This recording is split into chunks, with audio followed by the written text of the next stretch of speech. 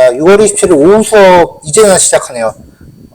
오전까지 해서 이제 데이터 프레임을 만드는 과정을 봤어요. 이제 데이터 프레임의 내용을 확인할 차례예요.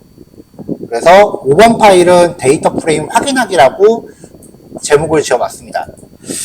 앞으로 예제들은 뭐 특별하지 않은 이상 엑셀이나 CSV 파일 형태로 제공을 할 거예요. 그래서 수험 예제는 이제 리드 엑셀을 통해서 만드시면 될 텐데, 이제 나중에 여러분들은 데이터 프레임을 만드는 방법을 되게 다양하게 접근하셔야 됩니다. 자, 리드 엑셀 함수를 가져왔고요. 데이터 프레임 함수도 있긴 한데 지금 이 예제에서는 직접적으로 안 쓰이긴 하네요. 자, 일단 임포트 할게요. 그리고 아까 했었던 그 성적표에 대한 샘플 데이터 프레임을 또 가져오겠습니다. 인덱스 컬럼은 이름으로 지정해서 출력을 했어요. 자, 이렇게 되어 있을 때 각각의 데이터를 확인하는 방법인데요. 지금은 이제 우리가 예제를 요만큼만 하고 마는데요. 나중에 가면 데이터가 어마어마하게 많을 거예요. 데이터 프레임만 잠깐 바꿔도 벌써 로딩하는데 시간이 꽤 걸리죠? 파일 자체가 용량이 크니까 다운로드 받는데 꽤 걸리는 거예요.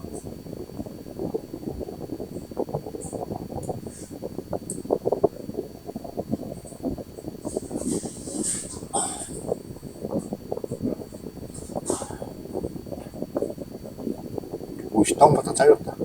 아, 인덱스 컬럼이 이름이 아니구나. 인덱스 컬럼 빼고.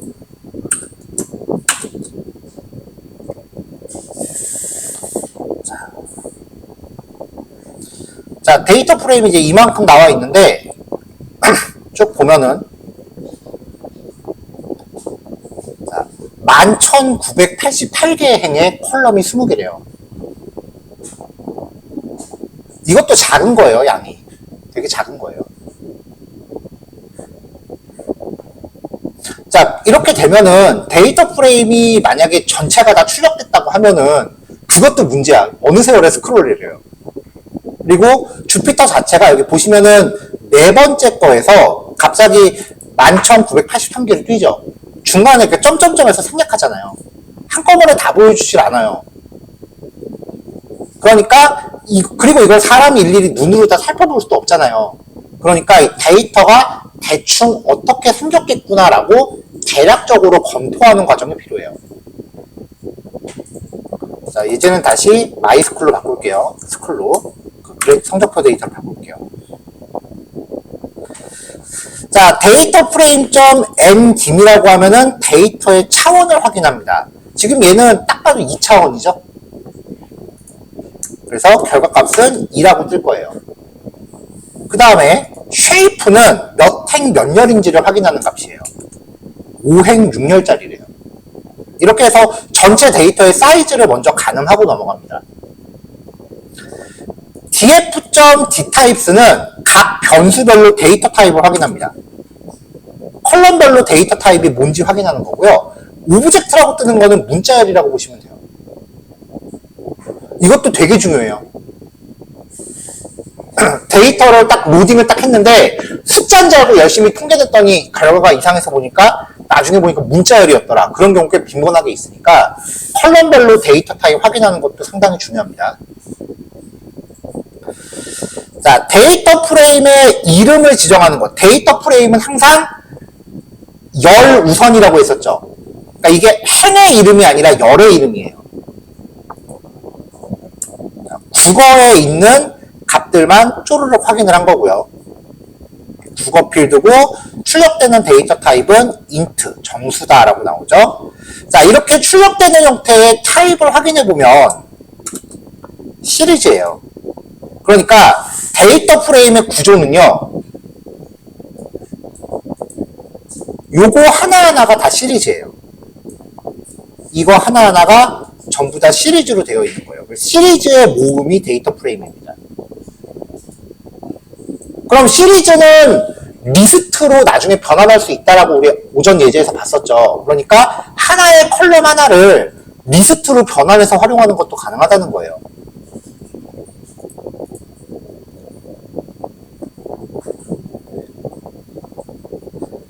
행을 조회할 때는 데이터 프레임의 룩이라고 하는 그 프로퍼티를 통해서 접근합니다. 자, 이렇게 하면은 철수에 대한 각 열별로 값이 나오죠. 자, 행 단위로도 데이터 타입을 확인해 보면은 얘도 시리즈예요. 그러니까 가로 세로가 다 시리즈예요. 자, 지금은 한 줄 단위로 값을 보고 있는데 나중에 가면은 요거 알맹이 하나만 필요할 때도 있어요. 그래서 값을 확인하는 방법은 두 가지가 있는데 일단은 그냥 명시하면 열 행순서예요. 국어 열의 철수 행. 그러면 철수의 국어 점수가 나오겠죠? 우리한테 익숙한 대로 행 열 순서로 접근할 때는 룩이라고 접근을 하고요. 괄호 표기가 바뀝니다. 열 행 순서는 괄호를 각각 치는데 행열 순서로 갈 때는 한 괄호에 다 쳐요. 그러면 똑같이 98 나오죠? 근데 데이터 프레임을 쓰다 보면은 특정 값 하나를 변경해야 될 때도 있어요. 값을 변경할 때는 행열순으로 접근하는 경우만 가능해요. 그러니까 지금 여기에 만약에 이렇게 100이라고 집어넣으면 이거는 적용이 안 돼요. 근데 행열순서로 접근할 때 이렇게 처리하면은 적용이 돼요.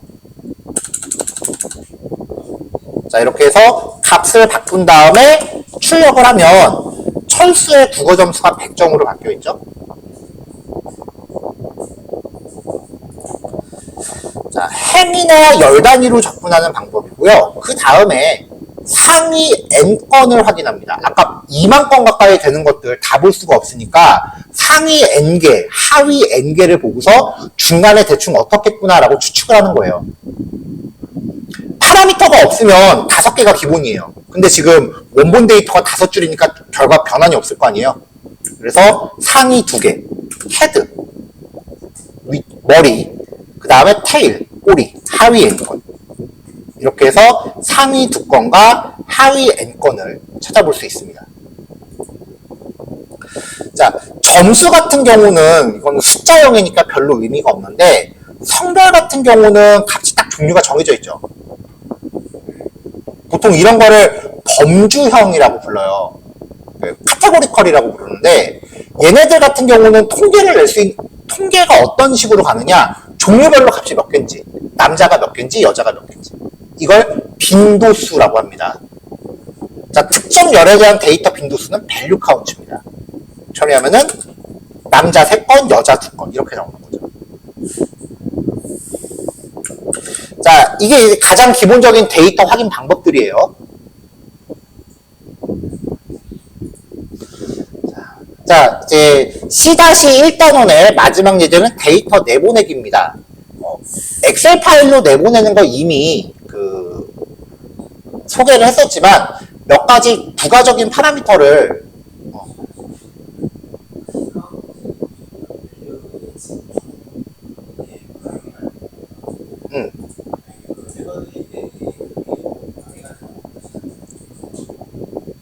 읽어드릴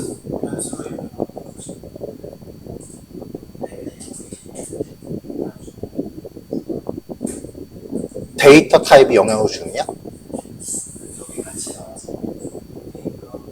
이게 같이 나와서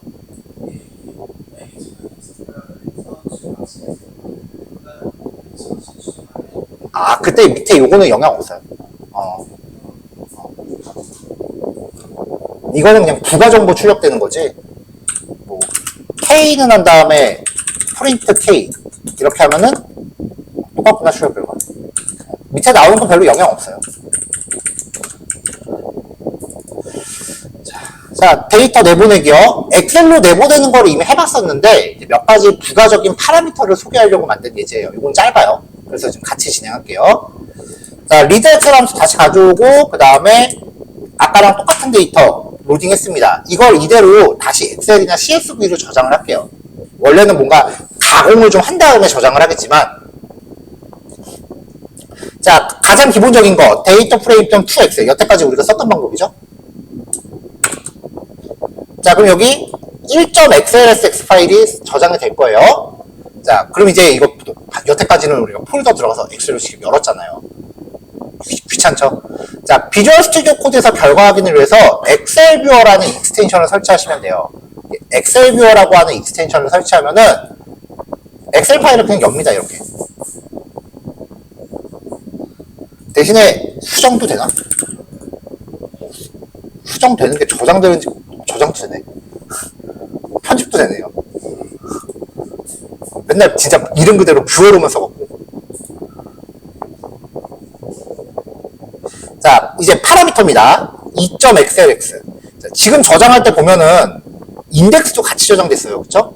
데이터 프레임에 인덱스도 같이 저장됐는데 이거를 로딩하면은 인덱스가 일반 컬럼이 되니까 우리가 인덱스 컬이라는 파라미터를 줘야 되잖아요. 아예 저장할 때 인덱스 true라고 하면서 자, 인덱스의 레이블을 지금 여기 똑같이 이름이라고 저장했네. name 이라고 하면 여기 인덱스의 제목을 바꿔요. 이게 어떤 때 쓰냐면은 데이터 프레임에 인덱스 이름이 없을 때 그때 그 엑셀로 저장하면서 인덱스 이름을 따로 설정할 수 있고요. 인덱스를 따로 설정하지 않겠다라고 하시면은 인덱스 fails라고 주시면 돼요. 기본값은 인덱스 true예요. 인덱스를 항상 같이 저장하는데 인덱스 fails라고 하면은 인덱스를 빼고 저장해요. 그리고 아까 학년, 성별, 국어, 영어, 수학, 과학 이렇게 있었잖아요. 내가 저장하고 싶은 컬럼들만 골라서 저장할 수도 있어요. 저장할 때 이 컬럼들의 이름을 딴 걸로 바꿔줄 수도 있어요. 자, 일단은 파라미터 하나씩 빼볼까요? 자, 인덱스 fails라고 해서 저장하면 다 저장됐죠? 그리고 인덱스 없잖아요. 학생 이름 없잖아요. 처음에는 이름이 같이 저장되는데 여기는 인덱스를 fails 했으니까 이름이 없죠? 자, 여기서 내가 저장하고 싶은 컬럼을 이렇게 지정을 하는 거예요. 학년이랑 성별, 국어만 저장해라. 라고 하면은 3개만 저장되는 거죠. 저장하면서 제목을 바꾸고 싶다. 라고 하면은 헤더에다가 제목을 따로 바꿔주시면 돼요. 그러면 학년은 레벨, 성별은 섹스, 그 다음에 국어는 KUR. 이렇게 이름, 제목이 바뀌어서 저장됩니다. 이런 식으로.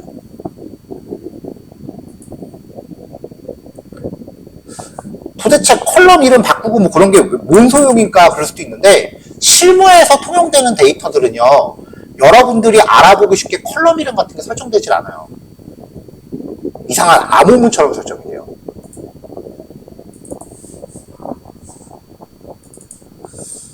자, 한번 볼까요? 파이썬에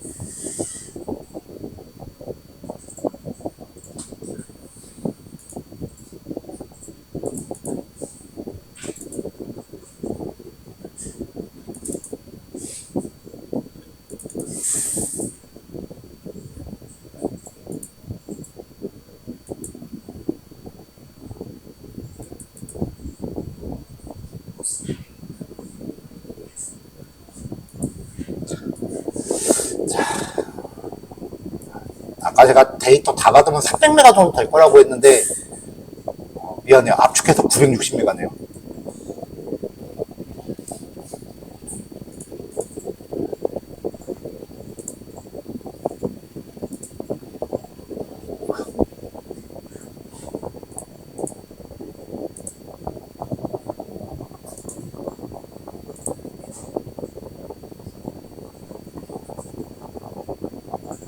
자, 다운을 받았고요. 이 파일을 제가 바탕화면에다가 한번 압축을 복사해서 풀어볼게요.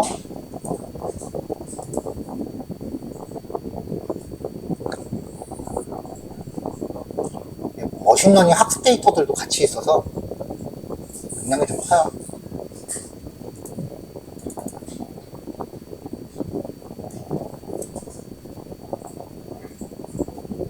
지금 여기서 몇 개씩 이제 추려갖고 수업 온라인에 지금 올리고 있는 거거든요. 자, 원본 엑셀 파일입니다.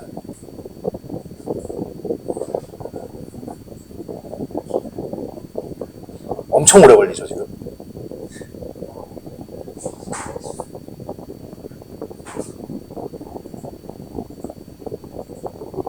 엑셀 쓸 거예요? 이런데?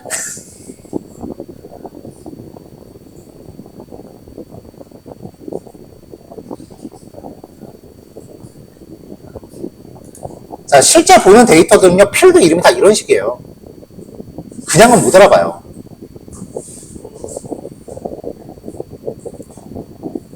데이터 값들도 뭐 0, 2, 1, 뭐 이런 식으로 돼 있어요.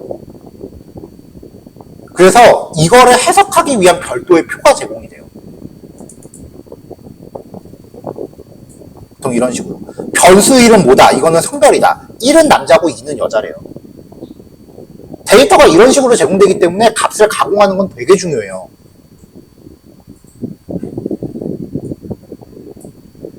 이게 지금 데이터가 너무 크니까 예제 만들려고 제가 예제에 들어가는 변수 몇 개만 이렇게 뽑아서 따로 만든 거거든요.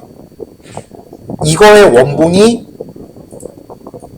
이만큼인 거고, 이 데이터 프레임의 필드 개수를 보면은 나 엑셀 앞자리가 3자리까지 가는 거 처음 봤어.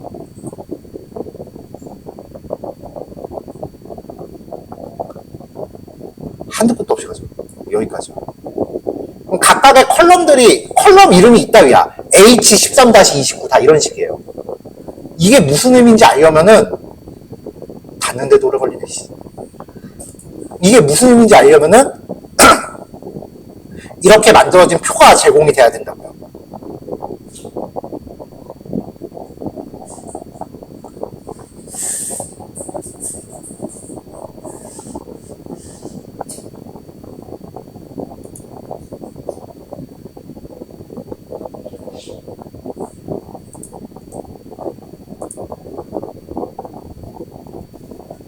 그래서 이 데이터를 열람하기 위해서 코드북이라는 형태의 엑셀 파일이 따로 제공이 돼요. 데이터 프레임 컬럼별로 무슨 뜻인지.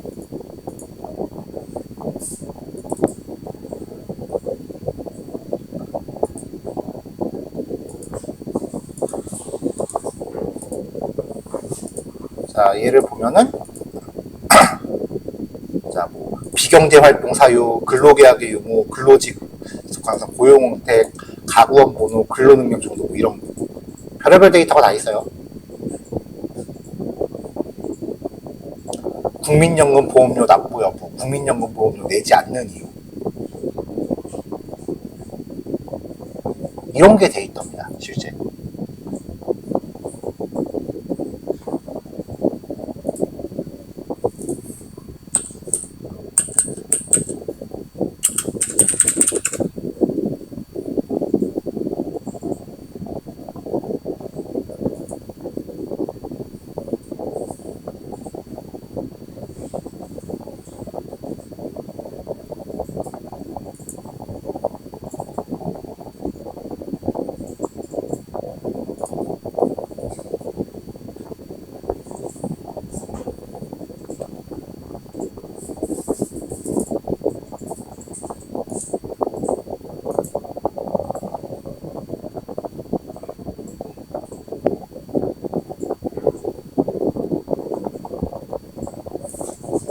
자, 이 데이터를 설명하는 사이트에 들어가 보면 이게 한국복지패널이라는 데서 조사한 데이터인데요. 이렇게 써 있어요. 자, 인구 센서스 90%, 이게 아마 인구총조사 자료일 거예요. 거기부터 157개 조사구를 표본으로 추출했대요. 그러니까 우리나라 전체 가구 90%가 모집단인데 그걸 다 처리할 수 없으니까 517개를 표본으로 추출했대요. 이제 무슨 말인지 읽히죠? 자, 그 표본을 추출할 때 이거를 그냥 무조건 랜덤으로 한 게 아니라 얘네들은 그 계층 층화 추출을 썼어요. 계층별로. 1단계 조사 자료에서 일반 가구랑 저소득층 가구를 각각 3,500가구씩 추출했대요. 그냥 랜덤으로 뽑으면 진짜 고소득층만 뽑힐 수도 있잖아. 그러니까 그거를 이제 집단을 나눠서 3,500가구씩 뽑아서 표본 가구를 추출했대요. 여기에서 이제 층화 이중 추출법에서 최종 패널 가구를 선정했다라고 하니까 대충 이거 보면은 뭐 한 7,000가구 정도를 조사한 데이터다. 뭐 그렇게 정리하면 될 것 같아요. 이제 한국복지패널이라는 데서 우리나라 그 생활상을 찾기 위해서 매년 1년에 4번 정도 조사를 하는 데이터예요. 지금 보신 거는 2021년도 데이터고요. 우리 실습 때는 2023년도 올해 데이터를 가지고 다시 할 겁니다.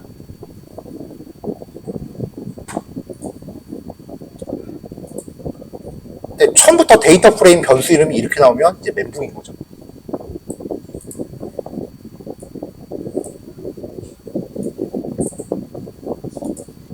그래서 지금 자꾸 이름 바꾸고 뭐 이런 거에 집중하는 거예요.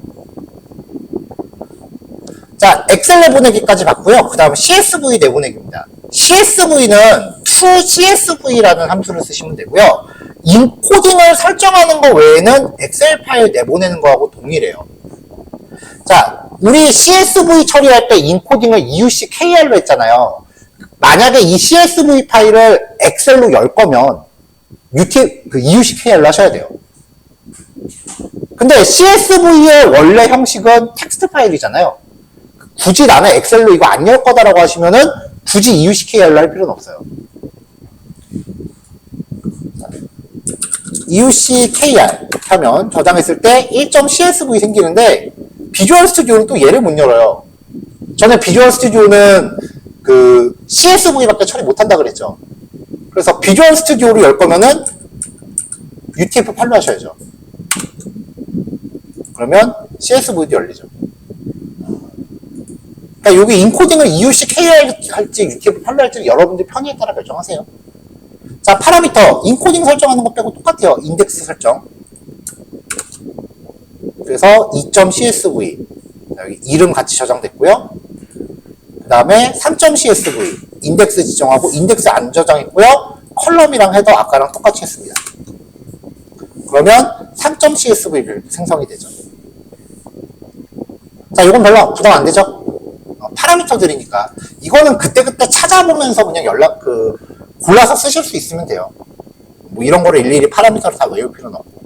자, 근데 이제 요거 실습하다 보면 여기에 이렇게 좀 파일들이 많이 생기잖아요. 실행할 때마다 계속 생길 텐데 이런 거 놔두면 좀 지저분하죠.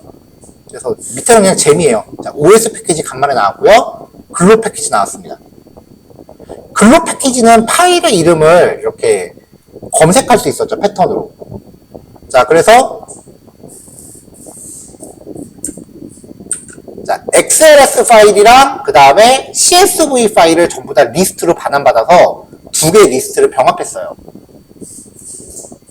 그러면 리스트 3 확인해 보면은 생성된 파일들 이렇게 쭉 리스트로 나올 거 아니에요. 반복 돌면서 os.remove에서 지웠습니다. 여기 옆에 실습을 통해서 생긴 파일이 다 지워지겠죠. 마지막에 정리하려고 놓은 파일, 이상한 파일 생성된 거 정리하려고 놓은 거고요. 그래서 이 예제는 만약에 코딩 완성한 다음에 모두 실행 눌렀다. 확인을 못해요. 실행하자마자 지워버리니까.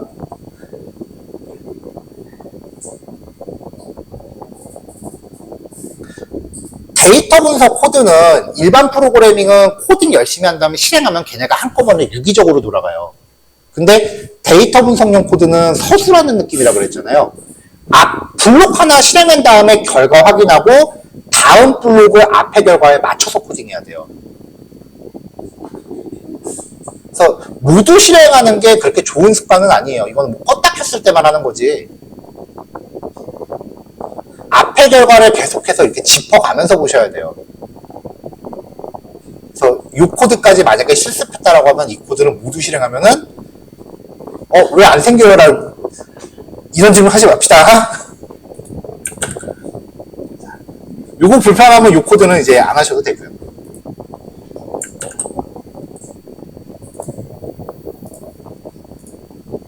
자, 마지막 원모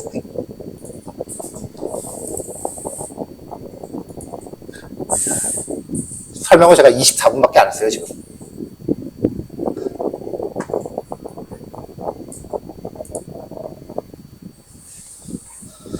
자, 아까 MySQL에 대해서 하는 거 했었죠.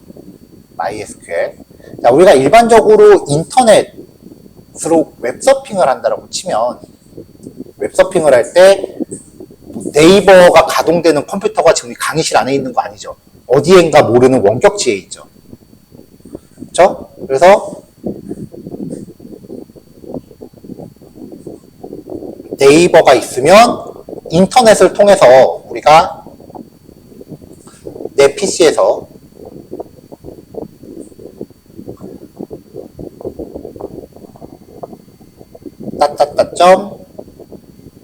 네이버.com이라고 하는 주소를 입력하면 이 주소 입력해서 네이버로 바로 간다, 안 간다? 바로 안 간다 그랬어요. DNS라는 시스템에 먼저 간다 그랬어요. 그래서 네이버의 IP 주소를 조회합니다. 리눅스 명령어나 윈도우 명령어나 똑같은데 DNS를 통해서 IP 주소를 직접 조회하는 명령어가 nslookup이라는 명령이에요. nslookup .naver.com이라고 하면은 이게 네이버 IP예요.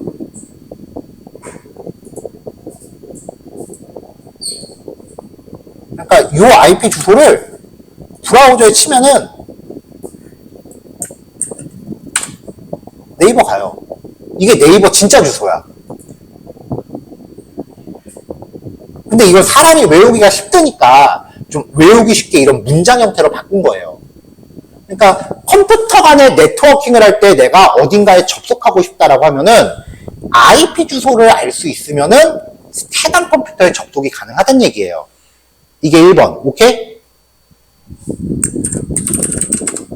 자, 1번. 대상 컴퓨터의 IP 주소를 알면 원격 접속이 가능합니다. 이거 나중에 좀 이따 띄워줄 테니까 지금은 안 적으셔도 돼요. 이따 따로 띄울게요. 자, 그 다음에 2번. 자, 그래서 IP 주소를 알아서 내가 어디엔가 접속을 한다라고 칩시다. 내 PC에서 어딘가에 상대방 PC에 접속을 하려고 했어요. 그래서 IP 주소를 알아내서 IP로 접속을 해요. 그러면은 웹서핑 같은 경우는 http:// 그 다음에 주소 그리고 슬래시가 들어가면은 여기에 포트 번호를 의미하는 80이라는 값이 생략되어 있는 거예요. 웹사이트는 기본적으로 80번 포트를 써요.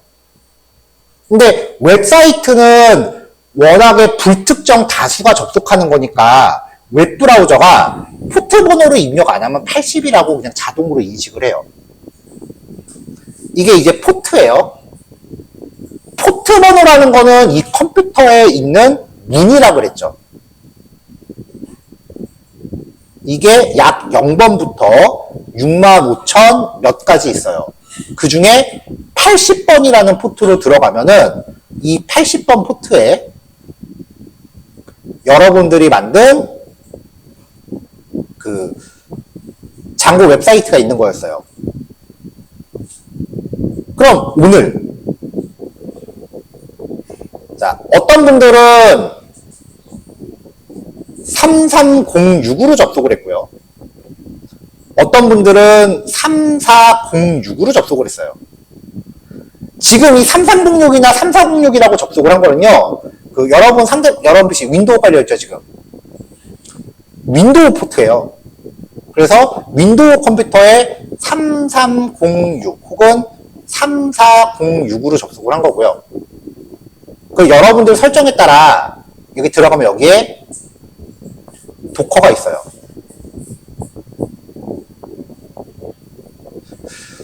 (3406번) 포트를 설정하신 분들 보시면은 그 도커 설정에 이렇게 써 있을 거예요. 3406 화살표 짝대기 3306 이렇게 써 있을 거예요. 이게 무슨 말이냐면은 윈도우를 통해서 3406번으로 들어오면 이거를 도커 안에 3306으로 토스한다는 뜻이에요. 이거 포트 포워딩이라고 불러요. 그럼 이 도커 안에는 지금 여러분들이 리눅스를 깔아놓고 MySQL을 3306으로 돌리고 있는 거예요.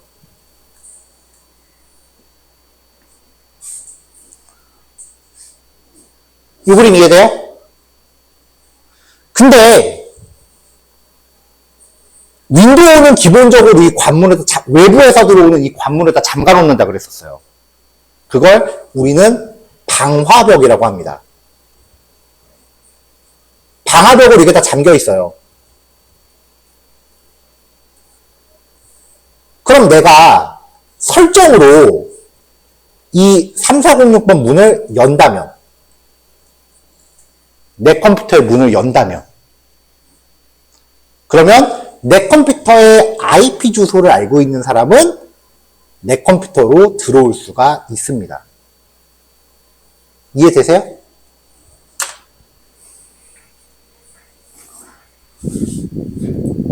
윈도우에서, 자,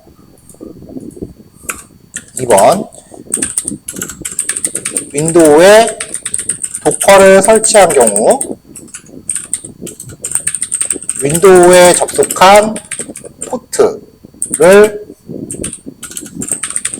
도커의 포트로 포워딩합니다.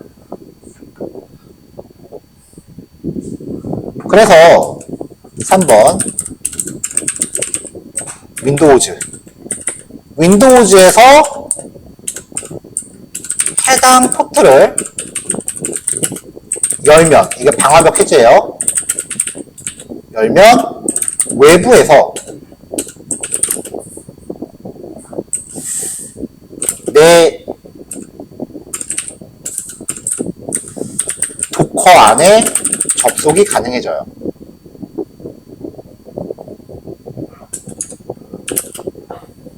자.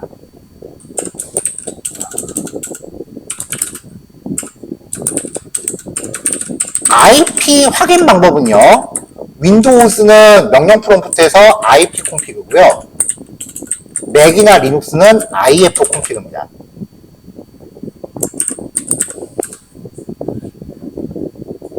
그래서 IP 콤피그라고 하면은 여기 IP 주소가 나와요.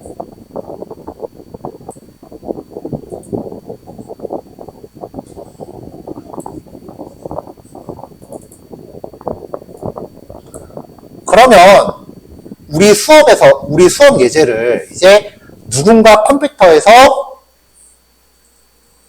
방화벽을 열고 그 방화벽이 열려있는 컴퓨터의 IP 주소를 확인하면 포트 번호도 설정됐죠? 그럼 이제 이 예제에서 셀렉트, 인설트, 업데이트, 딜리트를 하는 거는 내 컴퓨터에 대해서 진행되는 게 아니라 이 컴퓨터에서 진행이 된다는 거예요. 이 컴퓨터가 이 자리예요, 지금. 지금 제가 예제하면은 데이터가 이제 여기 쌓이고 여기서 가져와요.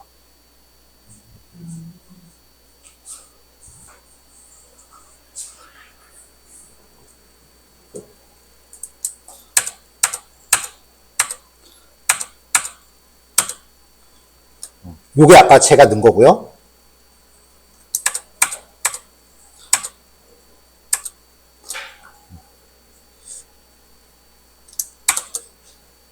여기 아까 제가 넣은 거고.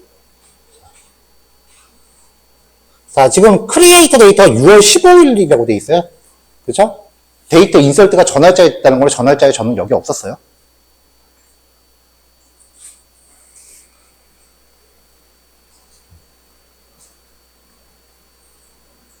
그래서 여기서 이제 인설트를 하면은 저쪽 컴퓨터 인설트가 되는 거고, 심심하면 이제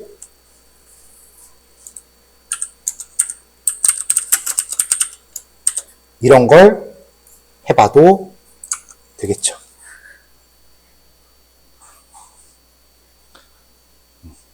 하면은 이제 저 컴퓨터가 먼저 터지냐, 이 컴퓨터가 먼저 터지냐, 둘 중에 하나야.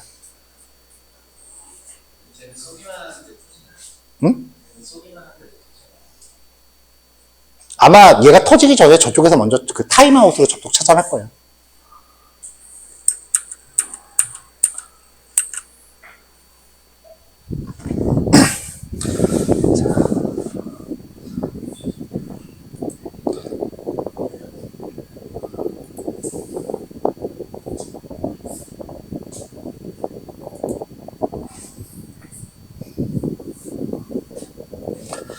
자, 아까 제 IP를 봤을 때 192.168.10.xxx 이런 형식이었어요.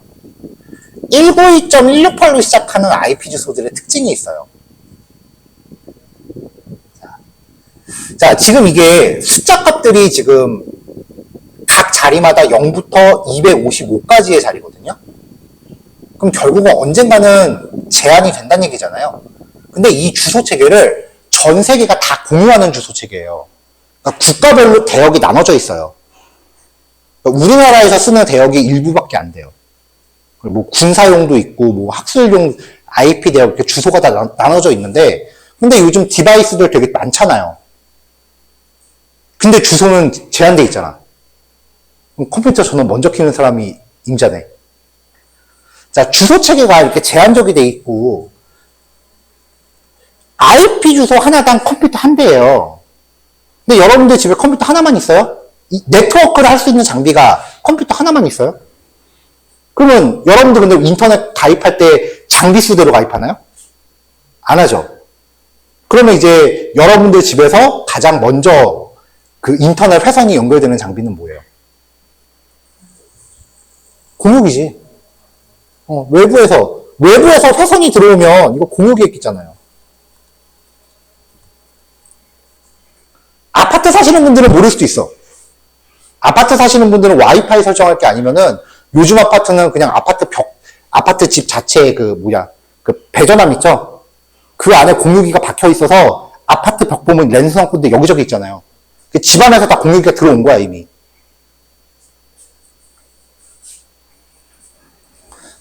그러니까 외부에서 접속하려고 그러면은 공유기에 접속하는 거지 이 안으로는 못 들어와요. 공유기가 다 막아버리기 때문에. 우리 집 와이파이 비밀번호 안 걸려 있는데요. 여러분들 집에 있는 모든 개인정보는 이미 탈탈 털렸을 겁니다. 그게 쉽게 보는 문제가 아니에요. 저는 집에 와이파이로 세탁기, 에어컨 다 연결되어 있거든요.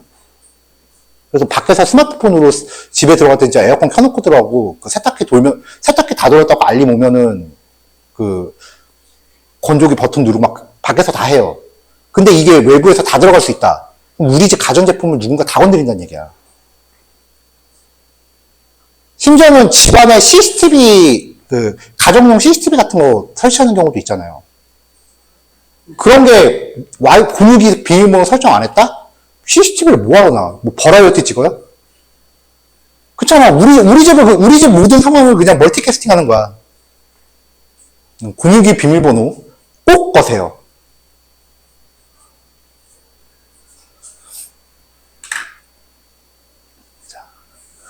자, 그럼 이제 공유기 안에 각종 이제 장비들이 이렇게 연결이 되잖아요. 그렇죠? 그러면 이제 우리 집에 들어오는 실제 IP 주소는 이 공유기가 부여받는 거고요. 공유기가 하나의 주소를 쪼개주는 게 아니라 이 안에서 가상의 주소를 만들어요. 이 가상의 주소를 이 장비들한테 나눠줘요. 이걸 보통 내부 IP라고 불러요.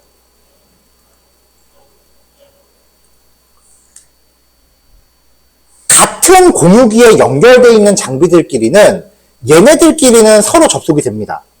근데 얘네가 외부에서 일로 들어오지는 못합니다. 내부 IP의 특징이요. 192.168로 시작해요.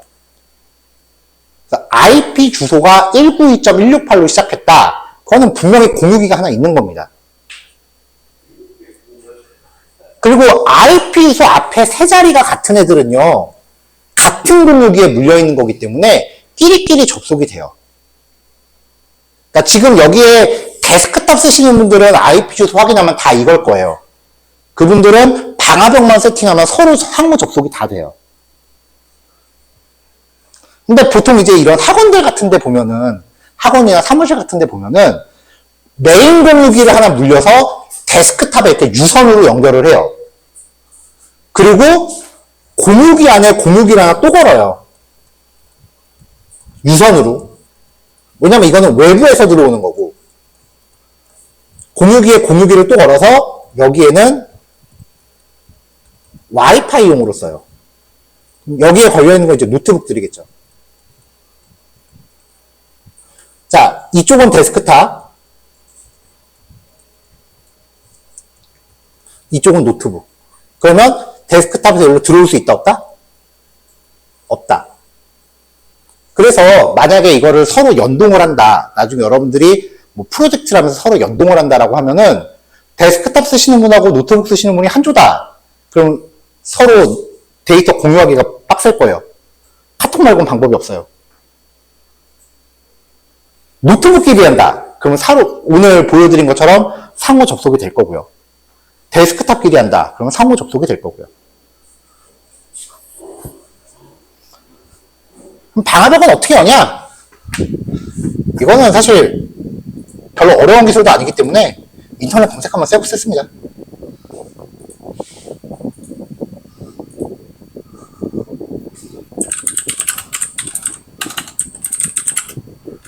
윈도우 방화벽 포트 열기라고 검색하면은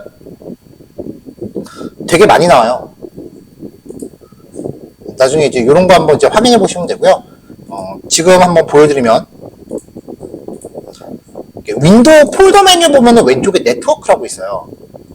네트워크를 마우스 우클릭하면은 속성이라고 있어요. 그럼 이제 이런 화면이 나와요. 여기 밑에서 두 번째 보면은 윈도우스 디펜더 방화벽이라고 있어요.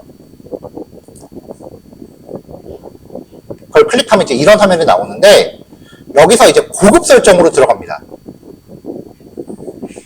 극단적으로 윈도우즈 디펜더 방화벽 설정 또는 해제 이거에서 방화벽 다 꺼버리는 분들이 계신데 그거는 되게 위험한 거고요.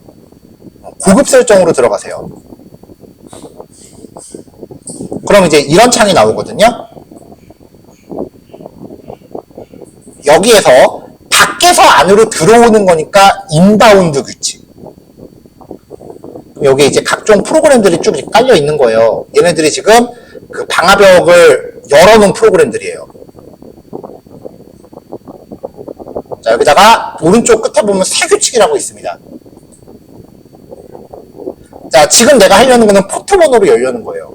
포트 선택하고 다음 특정 로컬 포트 3406 혹은 3306 자기 환경에 맞게 설정하고 다음 연결 허용 다음 자 규칙 적용 시기 다 체크하고 다음 마지막에 이름을 아무거나 넣으면 돼요. 그 다음에 마침하면은 이 컴퓨터는 이제부터 3306 포트로 외부 접속이 허용이 돼요.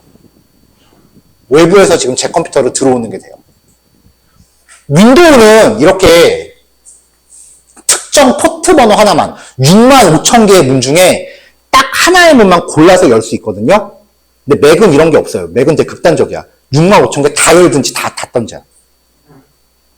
사실 보안 규칙은 맥이 좀 더 허술해요. 맥은 방화벽 다 열어버리면 외부 접속을 못 열어요. 그리고 더군다나 맥은 기본값이 아무나 들어가고 그냥 방화벽 다 열어놔. 그럼에도 불구하고 맥이 해킹이 더 안 되는 이유는 쓰는 유저가 없어서 그래요. 전 세계적으로 맥 쓰는 사람은 10%밖에 안 돼. 윈도우가 쓰는 사람이 하도 많으니까 해커들이 윈도우만 그렇게 주구장창 두들겨 패는 거예요. 그래서 보안 설정은 사실 윈도우가 더 좋아요. 각종 보안 프로그램 같은 거 사실 방화벽만 잘 관리해도 깔 필요가 없어요. 외부에서 들어오는 것 자체를 막아버리는데 백신 같은 거 깔아봐야 뭐해.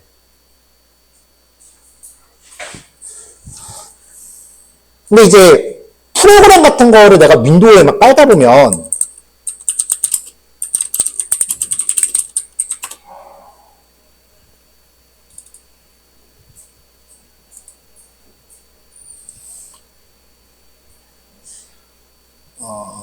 방화벽 해제가 아니라 외부 접근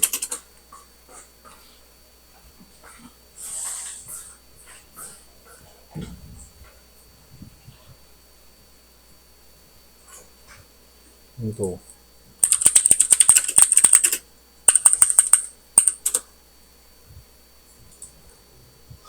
이런 거 요청 요청 윈도우에서 프로그램 같은 거 쓰다 보면은 가끔 이런 거 물어볼 때 있거든요. 이거 뭔지 모르면 취소하세요. 액세스 허용하지 말고. 이게 방화벽 열어도 되냐고 물어보는 알림이거든요. 이거 액세스 액세스 허용하면은 그냥 외부에서 들어오는 거 오케이 할게요. 근데 뭔가 내가 프로그램을 깔았는데 무슨 프로그램인지 정확히 모르겠는데 이거 나왔다. 허용했다. 빠른 시간 안에 포맷하세요. 이미 그 컴퓨터 좀비야. 이미 비트코인 채굴하는데 엄청 쓰이고 있을 테니까 이거 뭔지 모르고 그냥 액세스 허용했으면 빨리 포맷하세요. 이미 늦었어. 백신 깔아도 못 고쳐. 이거는 멜론이니까 이거는 당연히 상관없겠지만 특히 웹하드 프로그램 같은 게 되게 심해요. 그게. 웹하드나 토렌트 같은 거.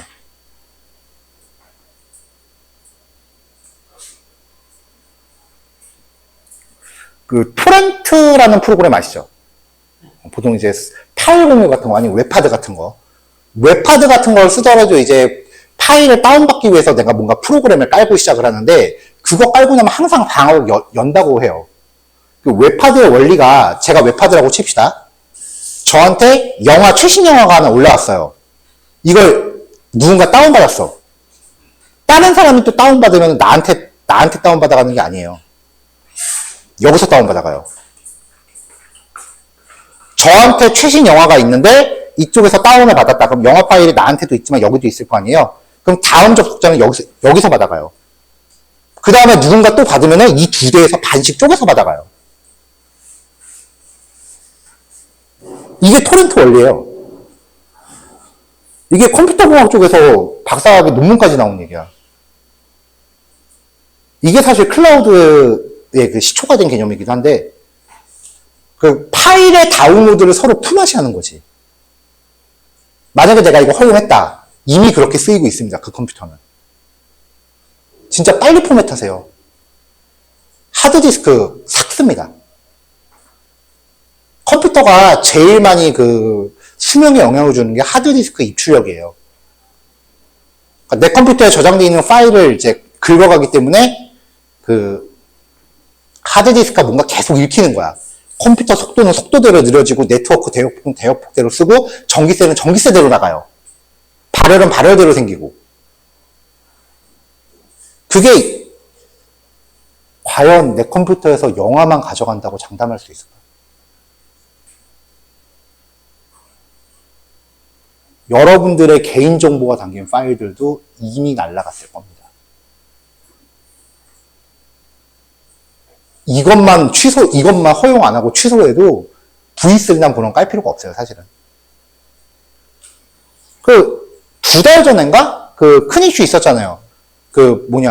일반적으로 쓰는 보안 프로그램들, 보통 보안 프로그램들 액티브엑스 같은 거 깔다 보면 이제 나오는 거 그냥 예예예 하고 깔죠. 그거 국정원에서 발표했잖아. 북한에서 해킹했다고 다 지우라고. 전국민 공지 썼잖아. 그게 가장 대표적인 그 보안 프로그램인데. 그거를 벌써 몇 달 동안 아무도 모르고 있었는데.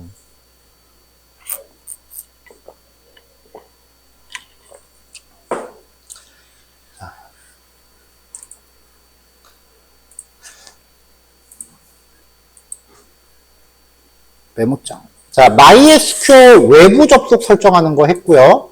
그 다음에 외부 접속 설정하는 얘기 했고, 그 과정에서 방화벽, 그리고 네트워크 연결 구조에 대해서 이야기했습니다. 그리고 공유기 안에 포함되어 있는 내부 네트워크에서 서로 어떻게 연결이 가능한지에 대해서 이야기했고요. 주제는 그겁니다.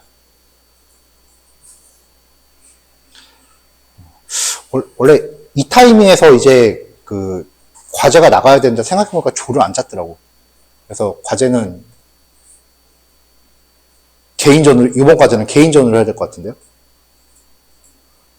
자, 지금까지 하시면 C-1단원이 끝나요.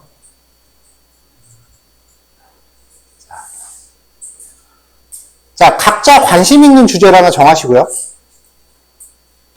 그 주제에 대해서 크롤링을 하세요. 크롤링 결과를 DB에 넣으세요.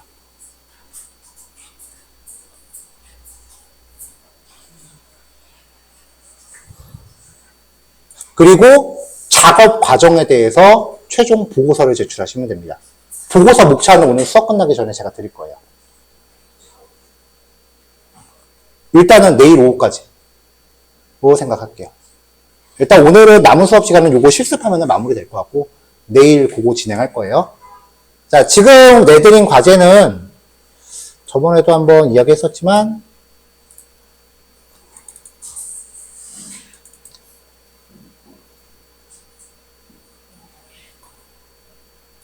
네. 수업 커리큘럼에 대해서 데이터 수집 미니 프로젝트 요거에 대해서입니다. 지금 여기 50시간이라고 되어 있는데 사실 이건 너무 길고 50시간이면 일주일이 넘어요. 우리가 일주일에 40시간이니까. 그리고 여기서는 공공 데이터 수집하기라고 제안을 했는데 주제는 제가 제안을 풀게요. 꼭 공공 데이터가 아니라 그냥 여러분들 관심 있는 거 뭔가 아무거나 하나 잡아서. 그래서 데이터는 최소 데이터 양은 뭐 제한 두지 맙시다. 자, 문장으로 정리할게요. 자, 자신의 관심사 한 가지를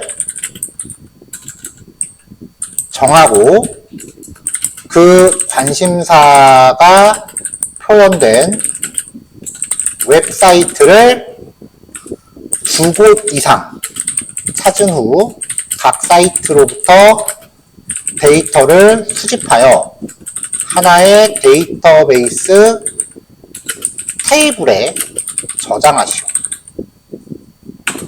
자, 이렇게입니다. 자, 요거는 그 평가에 들어갈 겁니다. 자, 보고서 목차는 제가 이따가 오늘 수업 끝나기 전에 정해서 톡방에 올려드릴 거니까 일단 오늘 남은 시간은 수업 예제만 실습하시면 될 것 같아요. 자, 오늘 수업 진도 설명은 여기까지 할게요. 내일은 아마 요거 하루 종일 하지 않을까 싶고, 요게 얼추 마무리되면은 이제 데이터 전처리라고 하는 주제로 넘어갈 겁니다. 이걸 내일 오후까지 하는 거예요. 여기 잠시만 봐주세요. 그 데이터 수집 미니 프로젝트와 관련해서 프로젝트 진행하시는 과정 그 PDF로 만들어서 지금 톡방에 넣었고요. 프로젝트 기호는 아까 메모장에 적어드린 그 내용이에요. 최종 산출물 양식을 PPT로 하시건 워드로 하시건 뭐 제출 형식은 자유결정이니까 편하게 하시면 되고요. 작성이 완료된 파일을 여기 메일로 보내주세요. 2명 이상 한 조로 하시는 것도 괜찮습니다. 대신에 완성된 산출물은 각자 보내주세요. 만약에 3명이서 같은 조였다라고 하면은 3명이 똑같은 파일을 저한테 보내주시면 돼요. 그쵸. 아예 그냥 그 보고서 안에 그 조원들 이름 다 명시하셔도 상관없고요. 자, 프로젝트 수행기간은 일단 1일로 잡긴 했는데 다 듣고 나서 여러분들이 판단하세요. 자, 보고서 작성 개요. 여기 1번, 2번이라고 되어 있는 게 항목이 들어가면 돼요. 일단 관심사. 관심사가 무엇인지 기술을 하셔야겠죠? 그 다음에 작업 개요. 여기 아래에 들어있는 내용들을 설명하세요. 일단은 데이터를 수집할 수 있는 웹사이트 2곳 이상 선정하라고 했으니까 어디서 수집할 건지를 일단은 제시하셔야 될 거고요. 적용 기술 종류, 오픈 API 연동할 건지, 리퀘스트 기체 크롤링인지, 셀리니움 스크롤링인지 이 셋 중에 하나 어떤 기술을 적용할 건지 쓰시면 되고, 그다음 수집 계획, 오픈 API일 경우에는 연동 절차가 어떻게 되는지 설명하시면 되고요. 웹페이지 수집일 경우에는 수집 과정, CXS 선택자 그거 우리 분석하는 거 있죠. 이제 그런 것들 이제 어떤 절차로 분석했는지 요거에 대해서 처리하시면 되고요. 그 다음에 수집 프로그램 구현해서 이제 내가 수집하는데 들어간 핵심 소스 코드 제시하시면 되고요. 그리고 수집 결과는 데이터베이스에 저장된 결과에 대해서 스크린샷을 보고서에 첨부하시면 됩니다. DB에서 셀렉트해서 나온 거 첨부하시면 되겠죠. 자, 그래서 주제 선정이 잘 됐는지에 대해서 10점 부여했고요. 그 다음에 적합한 기술 선택했는지 10점 부여했고요. 그리고 수집 과정에 오류가 있었는지 없었는지 30점 부여했고요. 그 다음에 최대한 많은 데이터를 수집할 수 있도록 코드가 구현되어 있는가. 한 페이지만 할 건지 거기 나오는 페이지를 싹 긁을 건지, 그러니까 반복문을 쓸 건지 안 쓸 건지에 따라서 30점 달려있고요. 그 다음에 수집 결과를 저장하기 용이한 형태로, 이건 데이터 프레임으로 만들라는 얘기죠. 10점 들어있고, 최종적으로 저장된 결과 확인할 수 있는가 10점 들어있고요. 자, 채점 기준은요, 일단은 모든 분들은 다 100점으로 놓을 거예요. 100점으로 나서 요 기준이 부합되지 않을 때마다 이 점수씩 깝니다. 그 가감법으로 채점할 거예요. 이렇게 지금 구성이 되어 있고요. 데이터 분석 프로젝트 관련된 거는 아니고 그 일반 웹 개발 프로젝트에서 세미 프로젝트 했었던 거 보고서 잠깐 보여드려 보면은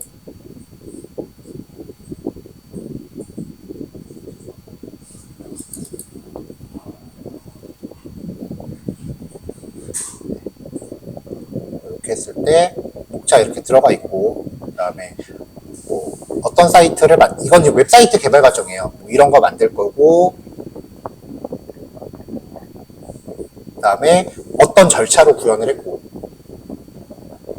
전체 코드 흐름은 어떤 식으로 진행되고 있고, 그 다음에 어떤 API를 썼다, 어떤 웹사이트에서 데이터 가져왔다,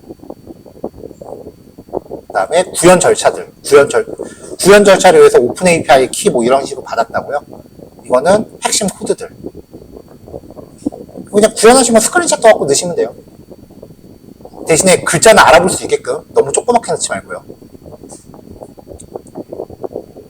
이런 절차로 대부분 보고서 그냥 스크린샷 떠서 넣는 식으로 하시면 됩니다.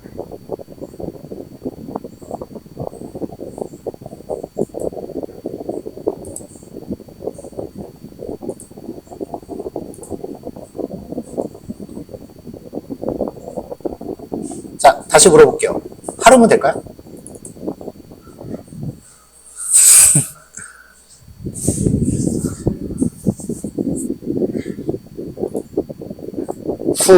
그럼 수목? 오케이. 그럼 이거 파일 다시 배포할게요.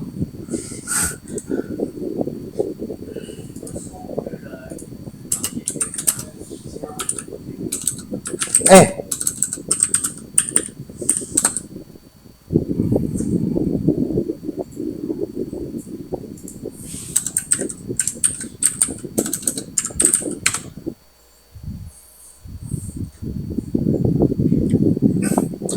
과제를 내건 아니면은 시험을 보건 간에 집에 가서 뭔가 할 수 있는 거에 대해서는 그런 일을 안 만들 거예요. 집에 가서는 시간이 허락이 되시면은 유튜브 영상 올려드리는 걸 한번 다시 보시거나 수업 내용을 복습하시거나 하세요. 제가 제시해드리는 거는 순수하게 학원 안에서 해결할 수 있게끔 할 거예요.